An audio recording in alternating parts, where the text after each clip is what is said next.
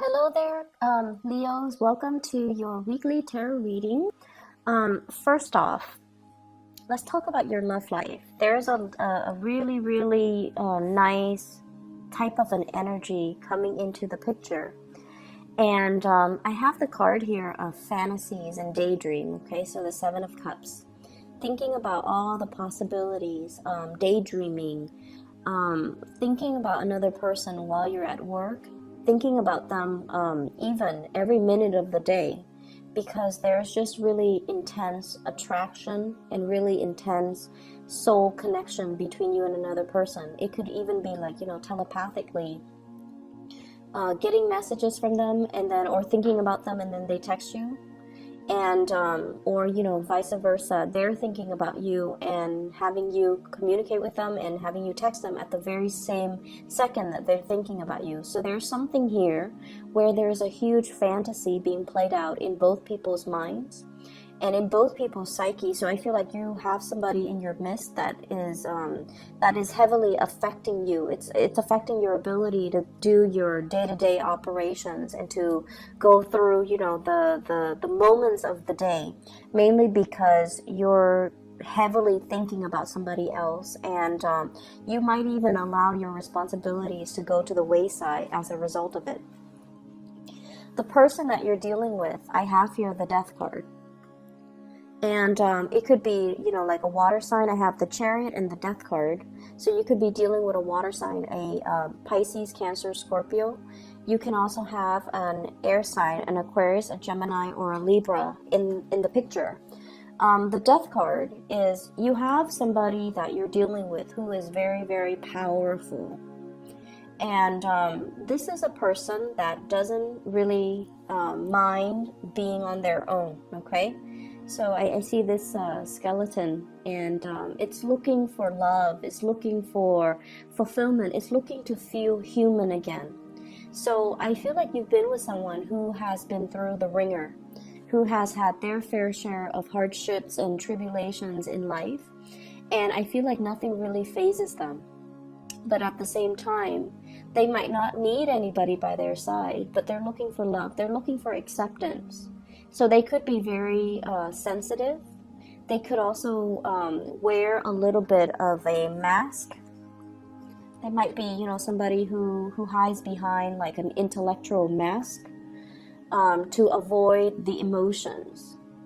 They could also be somebody who is who puts on an air that they're cold, they're cutthroat, they don't need anybody, but deep down they're quite sensitive, they're quite loving. And they're looking for somebody to complete them, okay? He's looking for something here. And it's a very, it's like he comes from a very barren environment, from a very, very barren landscape. And as a result of it, he's trying to find that person that can accept him for who he is. So you could be like this, or you could be dealing with somebody who is like this. If they're like this, they hide behind an intellectual mask so that they can avoid getting hurt, so that they can screen out people, so they can keep people at arm's length, and so they don't get jilted or rejected. So you're dealing with someone who doesn't handle the rejection very well. But nonetheless, they are a very, very powerful figure. They get a lot of things started for themselves, and a lot of the times I feel as if with this Temperance card, you want to be like them. You don't know how they did it. You don't know how, despite all the trials and the tribulations in their life, how they're able to manage it, how they're able to overcome so much adversity and not have those things break them, but instead transform from them as a result. So you have somebody here, I feel, that you really, really, really admire because of the resilience and the strength of character that they bring to the table. And in a way, you're trying to, make things work with them. If this is somebody that you're crushing on, they have a very, very powerful presence. And the word that I'm sensing here is charismatic. This is with the King of Swords energy. This is somebody that gets stuff done. They see what they want and they can, strategize to go after what they want. And when we have the chariot is somebody who perseveres. The chariot is somebody, against all odds, they've made it, okay? So there's something about this person where they might have a very, very dynamic or a very interesting life story. And it seems almost like, if their life story were published, it would be like one of those books that will be immediately made into a movie because it's so inspiring. And you're dealing with somebody like this, or you yourself can be like this. And a lot of the times when we go through like really deep periods of the soul, we find it hard to connect to, people on the mundane level. We find it hard to sit there and banter and make small talk and little chit chats, mainly because we understand that there's more to life and we shy away from superficial types of relationship. And then as a result of that, I feel like you're with somebody that gets you. You're with someone that has been through their fair share of hardships, and they came out okay. They didn't come out broken, or they didn't come out with this victim mentality. And so you're starting to see the strength of their character. You're starting to see how resilient they are, and they're very inspiring for you to be with. There is a big energy here as well, where there has been a lot of stalled and stops along the way. And I feel like, it's like a relationship where there have been many, many detours. And the two of you are finally able to get a chance to come together.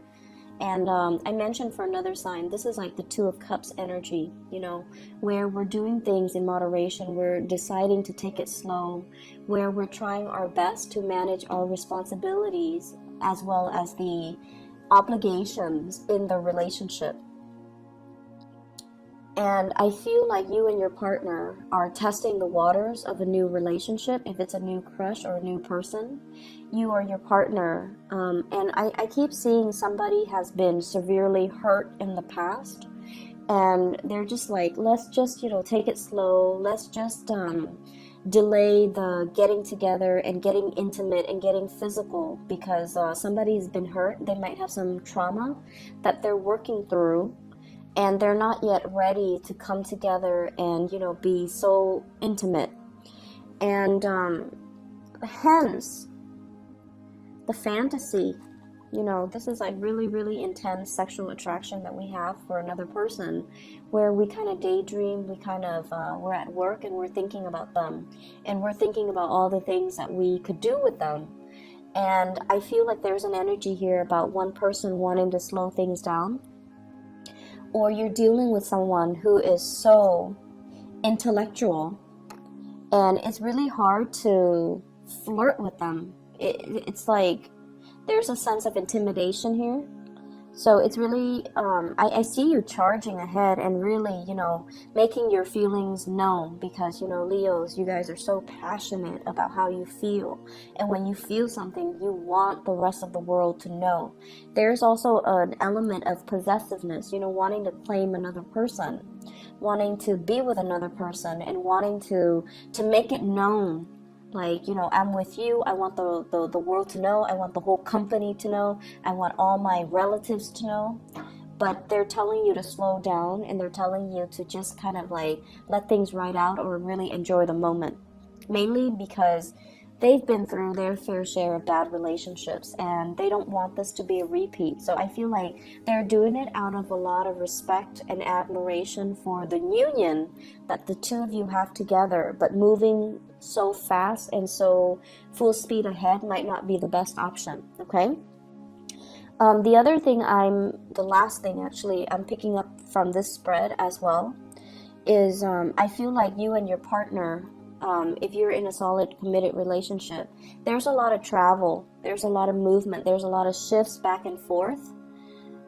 If someone has had like emotional issues, emotional trauma, they're going to be able to overcome it. And they're going to come to you and they're going to be like, I'm healed.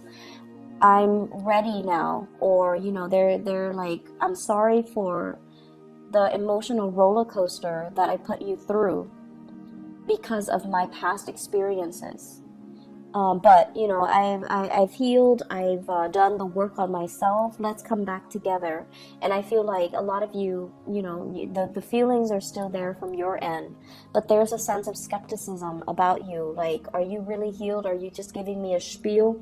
I feel like your partner means it, and I feel like there's a lot of sincerity in this spread. Okay, we have three major arcana cards that fell out, with the Temperance card, the Death card, and the Chariot. So I feel like whatever was off kilter, there's a transformation coming in to bring it back into balance again. So this is a beautiful energy. In other areas of your life, I see some of you are so the spiritual message that I'm getting here is, don't rush the process. There's a time and a place for everything. And for many of you, you're trying really, really hard to start a new phase in your life. This is like scanning the horizon for opportunities. So you might be at one job and you feel a little bit like the job itself is very, very physically demanding.